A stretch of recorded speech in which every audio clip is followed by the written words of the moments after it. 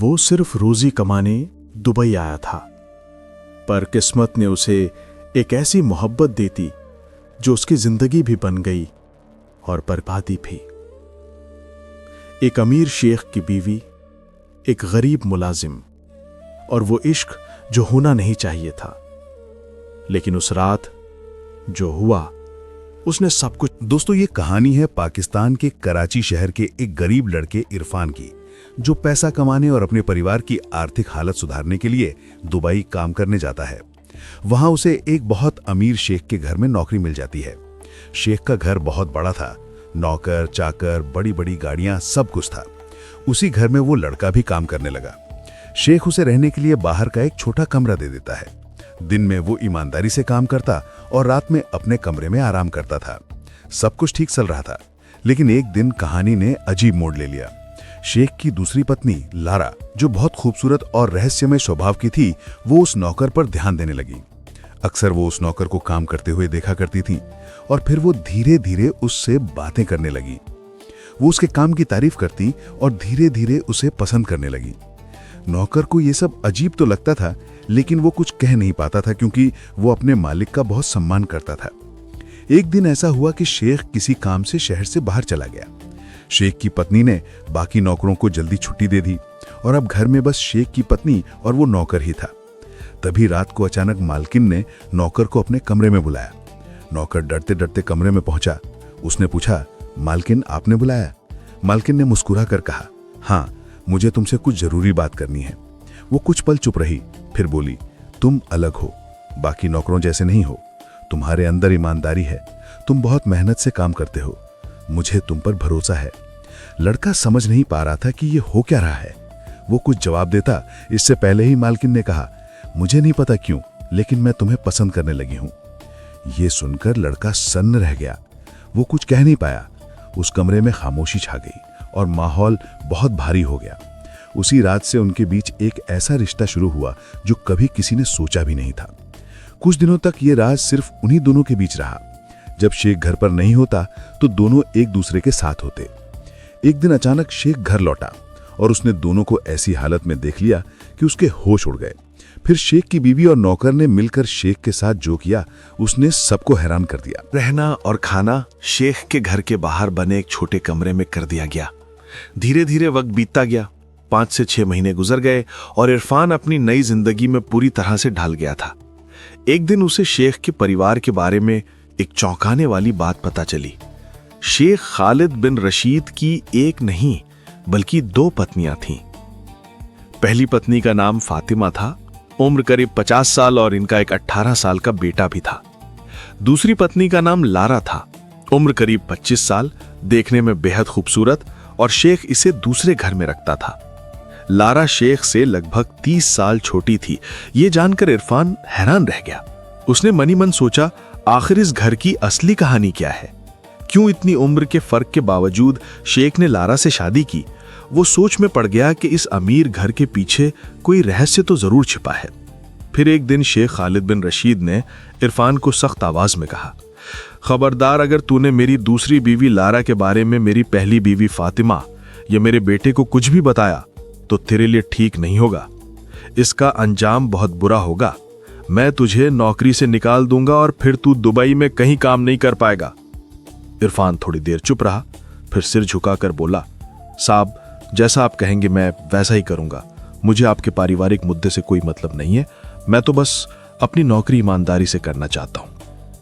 खालिद बिन रशीद कुछ देर तक उसे घूरता रहा और फिर वहां से चला गया। लेकिन इरफान के मन में एक सवाल बार बार घूमने लगा। आखिर 25 साल की इतनी खूबसूरत और जवान लड़की लारा ने 55 साल के इस उम्र दराज शेख से शादी क्यों की होगी? धीरे धीरे समय बीतने लगा। अब इरफान कभी शेख खालिद और लारा को कहीं घुमाने ले जाता तो कभी जहां शेख कहता, शेख को वहां गाड़ी में ले जाता। धीरे धीरे पूरा परिवार इरफान को जानने और भरोसा करने लगा था। एक दिन अचानक शेख खालिद बिन रशीद को दूसरे शहर में अपने बिजनेस के काम से जाना था। वो अक्सर अपनी दूसरी पत्नी लारा को कहीं बाहर नहीं जाने देता था। उसे किसी पर इतना भरोसा नहीं था कि वो लारा को अकेले या किसी और के साथ बाजार भेज दे। उसने लारा को हमेशा दुनिया की निगाहों से दूर अपने एक दूसरे आलीशान महल में बंद करके रखा था। लेकिन उस दिन जब उसे दूसरे शहर जाना ही था तो उसने इरफान को अपने पास बुलाया और गंभीर आवाज में कहा, इरफान, अब तू अगले 7-8 दिन तक मेरी पहली बीवी फातिमा के पास मत जाना जब तक मैं लौट नहीं आता। तू मेरी दूसरी बीवी लारा के घर पर रहेगा और उसका पूरा ध्यान रखेगा। जो भी चीज उसे चाहिए हो तू उसी वक्त पूरी करना। और याद रहे, कोई भी ऐसी गलती मत करना जिससे वो नाराज हो जाए, क्योंकि मैं उससे बेइंतहा प्यार करता हूं। इरफान ने सिर झुकाकर जवाब दिया, मालिक आप निश्चिंत रहिए, जैसा आप कहेंगे मैं वैसा ही करूंगा। आप अपने बिजनेस के काम से आराम से जाइए, मैं यहां सब संभाल लूंगा। शेख खालिद बिन रशीद ने लारा को भी समझा दिया, देखो लारा, इस ड्राइवर इरफान से जरूरत से ज्यादा बातें मत करना। सिर्फ जब किसी चीज की जरूरत हो तभी उसे बुलाना। वो घर के बाहर वाले कमरे में रहेगा और 24 घंटे तुम्हारी सेवा के लिए मौजूद रहेगा। लारा ने चुपचाप सिर हिला दिया। दरअसल वो इरफान को पहले से पहचानती थी, क्योंकि कई बार जब वो शेख के साथ बाहर जाती तो गाड़ी वही चलाया करता था। जब खालिद बिन रशीद अपने बिजनेस के काम से चला गया तो उस आलीशान मकान में सिर्फ लारा, इरफान और एक खाना बनाने वाला कुक ही बचे थे। और यहीं से कहानी ने एक नया मोड़ लेना शुरू किया। पहले दिन लारा को जो भी काम होता वो बस दूर से ही इरफान को बता देती और दोनों एक दूसरे से दूरी बनाकर रखते। लेकिन दूसरे दिन से माहौल थोड़ा बदलने लगा। अब जब कभी लारा कोई चीज मंगवाती तो बातचीत कुछ ज्यादा देर तक चलने लगी। धीरे धीरे उनके बीच हल्का फुल्का मजाक, मुस्काने और हंसी के छोटे छोटे पल आने लगे। इरफान ने महसूस किया कि शेख की दूसरी पत्नी लारा अक्सर उदास और गुमसुम रहती थी। उसकी आंखों में एक अजीब सी खामोशी और दर्द था। एक दिन इरफान ने हिचकिचाते हुए कहा, मालकिन, क्या मैं आपसे एक बात पूछ सकता हूं? आप बुरा तो नहीं मानेंगी? लारा ने कहा, ठीक है, पूछो, क्या पूछना चाहते हो इरफान? तब इरफान ने कहा, आप जवान हैं, इतनी खूबसूरत हैं, फिर आपने इस 55 साल के बुढ़े से शादी क्यों कर ली? दरअसल लारा इतनी खूबसूरत थी कि अगर कोई उसे देख ले तो देखता ही रह जाए। इरफान की बात सुनकर लारा ने अपनी नजरें नीचे झुका लीं। वो कुछ नहीं कह पाई। इरफान को लगा कि शायद लारा नाराज हो गई है। उसने तुरंत कहा, मालकिन, मुझे माफ कर दीजिए, मेरे बोलने का मतलब आपको परेशान करना नहीं था। इतना सुनकर लारा बोली, तुमने कुछ भी गलत नहीं कहा। अगर तुम बुढ़े को बुढ़ा नहीं कहोगे तो और क्या कहोगे? अब इरफान को थोड़ी राहत मिली। उसे लगा कि शायद लारा को उसकी बात बुरी नहीं लगी। फिर उसने पूछा। खामोशी छा गई और माहौल बहुत भारी हो गया। उसी रात से उनके बीच एक ऐसा रिश्ता शुरू हुआ जो कभी किसी ने सोचा भी नहीं था। कुछ दिनों तक ये राज सिर्फ उन्हीं दोनों के बीच रहा। जब शेख घर पर नहीं होता तो दोनों एक दूसरे के साथ होते। एक दिन अचानक शेख घर लौटा और उसने दोनों को ऐसी हालत में देख लिया कि उसके होश उड़ गए। फिर शेख की पत्नी और नौकर ने मिलकर शेख के साथ जो किया उसने सबको हैरान कर दिया। दोस्तों, कहानी में आगे बढ़ने से पहले आपसे एक छोटी सी विनती है।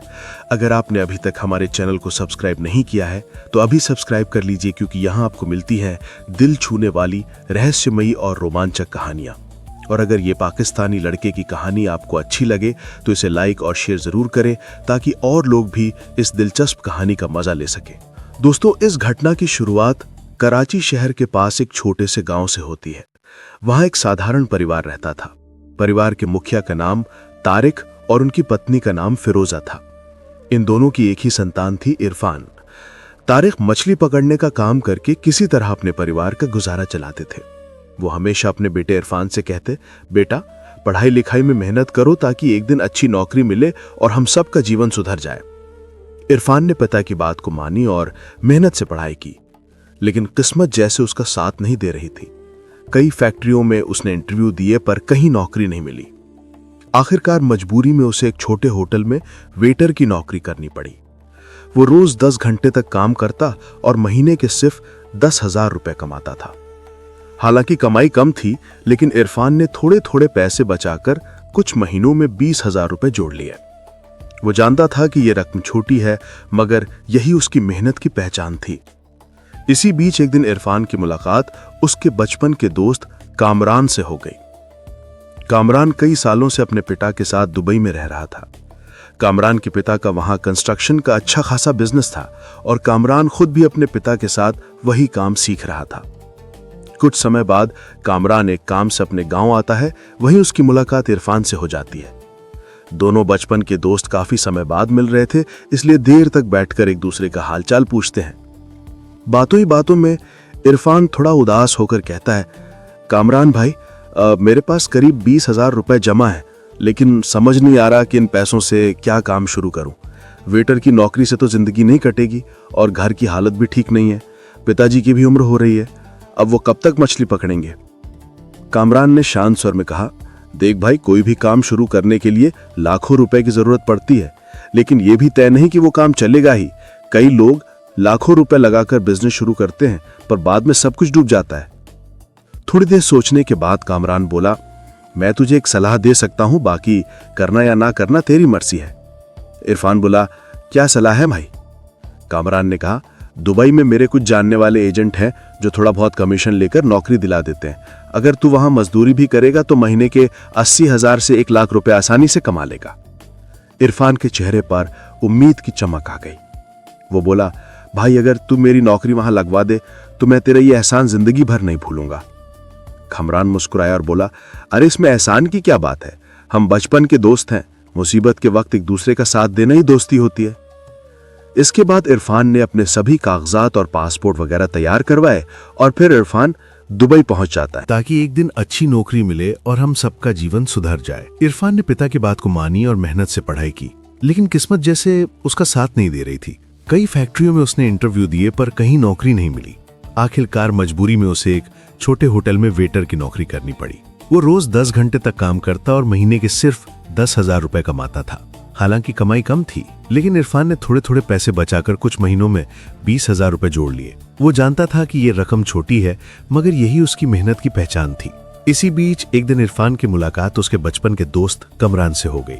कमरान कई सालों से अपने पिता के साथ दुबई में रह रहा था।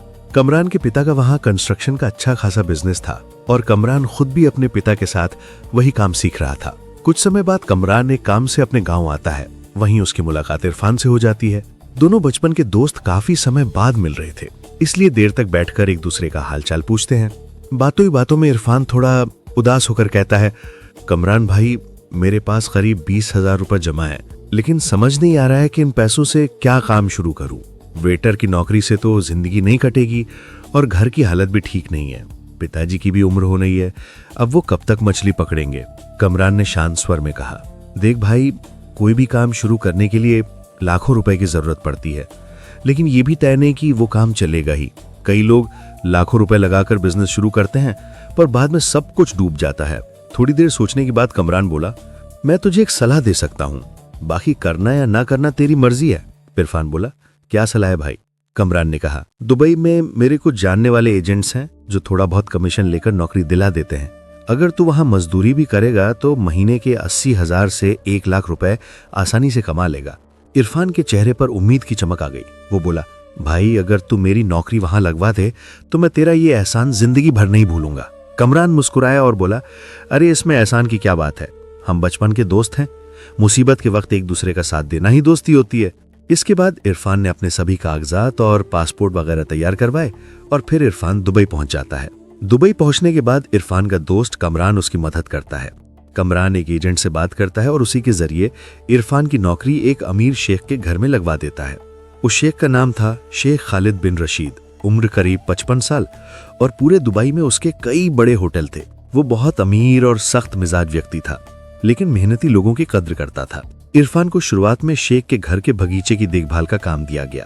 वो पूरे मन से काम करने लगा और 2 महीने बिना किसी गलती के गुजार दिए।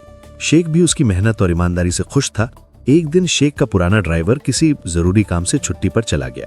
इरफान ने मौके का फायदा उठाते हुए शेख से कहा, मालिक, अगर आप चाहें तो कुछ दिनों तक मैं आपकी गाड़ी चला सकता हूँ। शेख ने उसकी बात मान ली और उसे ड्राइवर की नौकरी दे दी।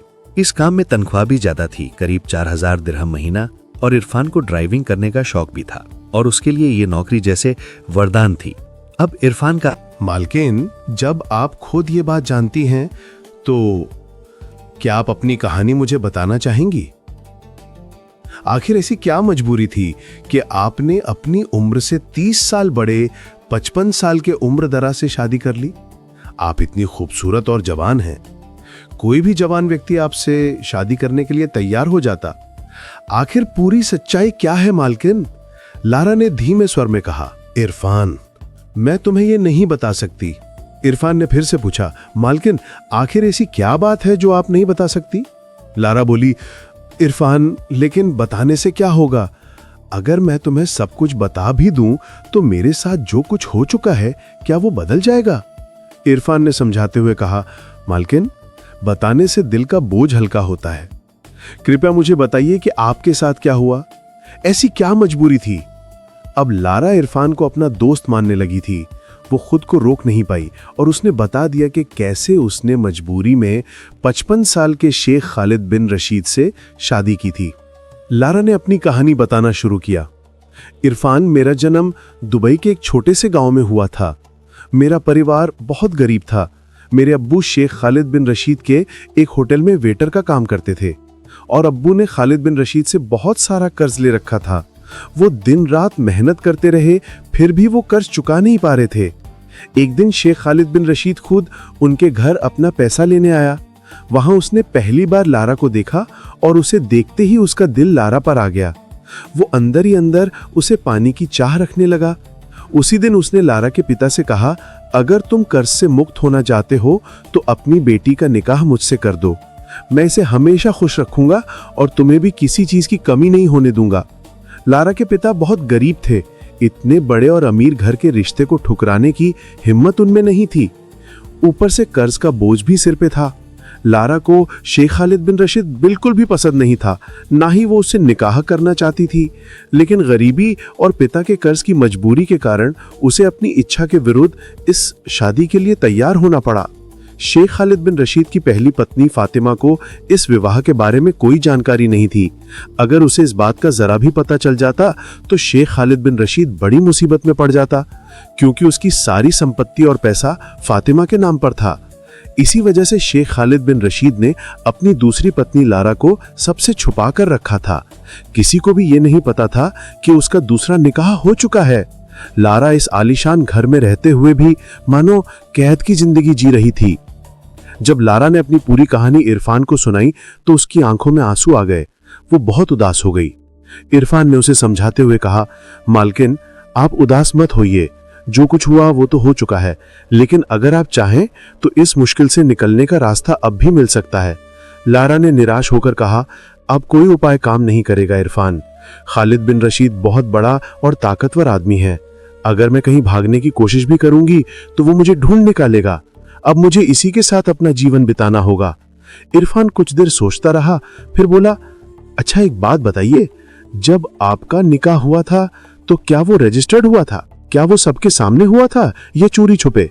लारा ने धीमे स्वर में जवाब दिया, निकाह तो हुआ था, लेकिन ना तो वो रजिस्टर्ड हुआ था और ना ही सबके सामने। सब कुछ गुप्त तरीके से हुआ था। अब इरफान समझ गया कि शेख खालिद बिन रशीद ने लारा से असली शादी नहीं की थी। वो तो उसे बस एक खिलौने की तरह इस्तेमाल कर रहा था। ये एक रिश्ता नहीं बल्कि एक सौदा था। फिर भी इरफान ने लारा को समझाने की कोशिश की, आप चिंता मत करें मालकिन, हर मुश्किल से निकलने का कोई ना कोई हल जरूर होता है, बस हिम्मत मत हारिए। उस दिन जब लारा ने अपनी पूरी कहानी इरफान को सुनाई तो उसकी आंखों में आंसू आ गए। वो बहुत उदास हो गई। इरफान ने उसे समझाते हुए कहा, मालकिन आप उदास मत होइए, जो कुछ हुआ वो तो हो चुका है, लेकिन अगर आप चाहें तो इस मुश्किल से निकलने का रास्ता अब भी मिल सकता है। लारा ने निराश होकर कहा, अब कोई उपाय काम नहीं करेगा इरफान। खालिद बिन रशीद बहुत बड़ा और ताकतवर आदमी है। अगर मैं कहीं भागने की कोशिश भी करूंगी तो वो मुझे ढूंढ निकालेगा। अब मुझे इसी के साथ अपना जीवन बिताना होगा। इरफान कुछ देर सोचता रहा, फिर बोला, अच्छा एक बात बताइए, जब आपका निकाह हुआ था तो क्या वो रजिस्टर्ड हुआ था? क्या वो सबके सामने हुआ था या चोरी छुपे? लारा ने धीमे स्वर में जवाब दिया, निकाह तो हुआ था, लेकिन ना तो वो रजिस्टर्ड हुआ था और ना ही सबके सामने। सब कुछ गुप्त तरीके से हुआ था। अब इरफान समझ गया कि शेख खालिद बिन रशीद ने लारा से असली शादी नहीं की थी। वो तो उसे बस एक खिलौने की तरह इस्तेमाल कर रहा था। ये एक रिश्ता नहीं बल्कि एक सौदा था। को सुनाई तो उनके बीच की दूरी धीरे धीरे कम होने लगी। अब वो एक दूसरे से खुलकर बातें करने लगे, हल्की फुल्की हंसी मजाक भी होने लगा। लारा को भी इरफान अच्छा लगने लगा था, क्योंकि इरफान एक 24 साल का सीधा साधा लेकिन मजबूत और ईमानदार नौजवान था, जिसकी सच्चाई और दिल से बोलेगा शब्दों ने लारा के दिल में जगह बनानी शुरू कर दी थी। एक शाम इरफान अपने कमरे में सोने के लिए जाने लगा तो लारा ने कहा, क्यों ना आज तुम यहीं रुक जाओ। ये सुनकर इरफान थोड़ा डर गया। उसे लगा कहीं ऐसा ना हो कि अचानक शेख खालिद बिन रशीद लौट आए और उसे लेने के देने पड़ जाएं। वो घबराकर बोला, नहीं मालकिन, मैं अपने कमरे में जाकर सो जाऊंगा। लेकिन लारा ने उसका हाथ पकड़ लिया और कहा, अगर तुम यहां सो जाओगे तो कौन सी बड़ी बात हो जाएगी। इरफान अब भी डरा हुआ था। उसने जवाब दिया, नहीं मालकिन, मैं बाहर ही सो जाऊंगा। अगर कोई घर में घुसने की कोशिश करेगा तो मैं देख तो सकूंगा, कहीं ऐसा ना हो कि कोई चोर अंदर आ जाए। और अभी कुक भी किचन में काम कर रहा है, वो भी अपने घर नहीं गया है। यह सुनकर लारा ने उसका हाथ छोड़ दिया और थोड़ी नाराज हो गई। इरफान बाहर अपने कमरे में चला गया, लेकिन उस रात ना तो लारा 1 मिनट के लिए सो पाई और ना ही इरफान की आंख लगी। इरफान बार बार सोच रहा था, काश मैं वहीं रुक जाता, मालकिन मुझसे नाराज हो गई होंगी। उधर लारा भी सोच रही थी, काश मेरा निकाह इस इरफान से हुआ होता। ये कितना अच्छा लड़का है, कितनी समझदारी से बातें करता है और मेरा कितना ख्याल रखता है। अगली सुबह जब दोनों आमने सामने आए तो दोनों एक दूसरे को एक अलग ही नजर से देखने लगे। माहौल में कुछ बदल सा गया था। फिर इरफान ने मुस्कुराते हुए कहा, मालकिन, जो हुआ सो हुआ, चलिए आज बाहर घूमने चलते हैं। सुबह सुबह दोनों कार में बैठकर बाहर घूमने निकल गए। पूरा दिन उन्होंने साथ बिताया, हंसी मजाक किया, बातें की और इस दौरान उनके बीच की नजदीकियां और बढ़ती चली गईं। अब इरफान और लारा सिर्फ मालिक और नौकर नहीं बल्कि एक दूसरे के अच्छे दोस्त बन चुके थे। अब शाम हो चुकी थी। आज लारा ने कुक को भी जल्दी घर भेज दिया था। शाम होते ही इरफान फिर से अपने कमरे की ओर जाने लगा। तभी लारा ने कहा, इरफान, क्या आज भी मुझे अकेले ही छोड़कर चले जाओगे? इरफान बोला, मालकिन, आप बताइए मैं क्या करूं? लारा ने गहरी सांस ली और कहा, अब जो होगा देखा जाएगा। तुम किसी बात की चिंता मत करो, आज तुम यहीं मेरे पास रुक जाओ। उस रात लारा ने अपने मकान के सारे दरवाजे और खिड़कियां बंद कर दी। चारों ओर सन्नाटा था, बस हवाओं में एक अजीब सी शांति थी और हल्की सी बेचैनी थी। दोनों आमने सामने बैठे और दिल की बातें करने लगे, अपने दुख, अपने अकेलेपन, अपने अतीत और अपनी मजबूरियों के बारे में। पहली बार उन्होंने एक दूसरे को सच में समझा, एक दूसरे का दर्द महसूस किया। धीरे धीरे बातों में एक अपनापन, एक नजदीकी सी भावना आने लगी। उन दोनों के दिलों में वो खालीपन भरने लगा जो बरसों से किसी ने महसूस ही नहीं किया था। लारा ने कहा, इरफान, तुमसे बात करके ऐसा लगता है जैसे मैं फिर से जिंदा हो गई हूं।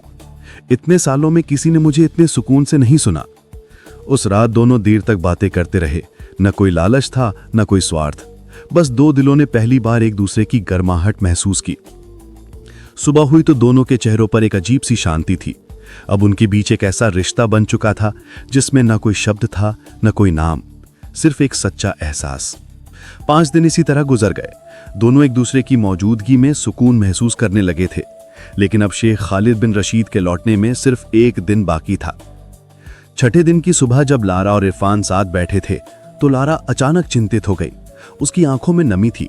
वो बोली, आज तो ठीक है, लेकिन कल जब खालिद बिन रशीद लौट आएगा तो मैं तुमसे दूर हो जाऊंगी। शायद कभी तुमसे बात भी ना कर पाऊं। मैं तुम्हारे बिना नहीं रह पाऊंगी इरफान।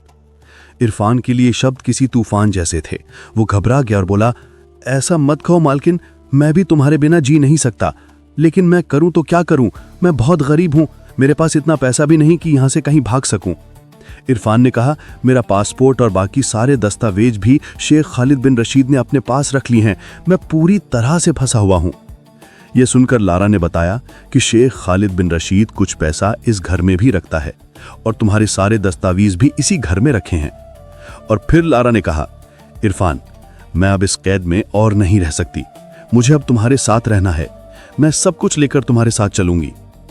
यह सुनकर इरफान बहुत खुश हो गया। अब उसे न नौकरी की परवाह रही, न पैसों की, न डर की। उसे बस लारा चाहिए थी। उस रात दोनों ने मिलकर एक प्लान बनाया।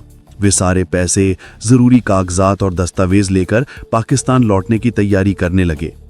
लारा ने एक चिट्ठी भी लिखी जो उसने घर में शेख खालिद बिन रशीद के लिए छोड़ दी। उस चिट्ठी में लिखा था, अगर तुमने मेरा पीछा करने या मुझे ढूंढने की कोशिश की तो नतीजा बहुत बुरा होगा। मैं अपनी मर्जी से इरफान के साथ पाकिस्तान जा रही हूं। अब मैं इसी की पत्नी बनकर रहना चाहती हूं। साथ ही लारा ने यह चेतावनी भी दी, अगर तुमने किसी तरह की शिकायत करने की कोशिश की तो तुम्हें गंभीर परिणाम भुगतने पड़ सकते हैं, क्योंकि हमारी शादी ना तो रजिस्टर्ड थी और ना ही सरकार की नज़र में वैध। सुबह जब शेख खालिद बिन रशीद घर पहुंचा तो घर में कोई नहीं था, ना ही लारा और ना ही इरफान। पहले तो उसे लगा कि शायद लारा इरफान के साथ बाजार गई होगी, लेकिन काफी देर इंतजार करने के बाद भी कोई नहीं लौटा। इरफान और लारा दोनों के फोन भी बंद थे। अब उसे शक होने लगा। घर में उसने चारों तरफ नजर दौड़ाई। बहुत सारा गहना, पैसे और दस्तावेज गायब थे। तभी उसकी नजर टेबल पर रखी उस चिट्ठी पर पड़ी। चिट्ठी पढ़ते ही उसके पैरों तले जमीन खिसक गई। उसमें साफ लिखा था, मैं जा रहा हूं, अपनी मर्जी से इरफान के साथ पाकिस्तान जा रही हूं। मैं अब तुम्हारे साथ नहीं रहना चाहती। मेरा पीछा करने की कोशिश मत करना, वरना मैं तुम्हारे खिलाफ शिकायत दर्ज करा दूंगी, क्योंकि हमारी शादी ना तो रजिस्टर्ड थी और न ही कानूनी रूप से मान्य थी। तुमने मुझे सिर्फ अपनी कैद में रखकर मेरा इस्तेमाल किया। ये पढ़कर शेख खालिद बिन रशीद आग बबूला हो गया, लेकिन वो कुछ नहीं कर सका। उसे समझ आ गया कि अब लारा उसके हाथ से निकल चुकी है। अगर वो इस मामले को ज्यादा तूल देता या पुलिस के पास जाता तो उसकी पहली पत्नी फातिमा को सब कुछ पता चल जाता। इस डर से उसने गुस्सा पीकर चुप रहना ही बेहतर समझा और अपनी पहली पत्नी के साथ रहने लगा। उधर लारा और इरफान पाकिस्तान पहुंच गए। वहां दोनों ने विधि पूर्वक विवाह किया। लारा अपने साथ जो पैसा लाई थी उससे इरफान ने एक छोटा बिजनेस शुरू किया। लारा हर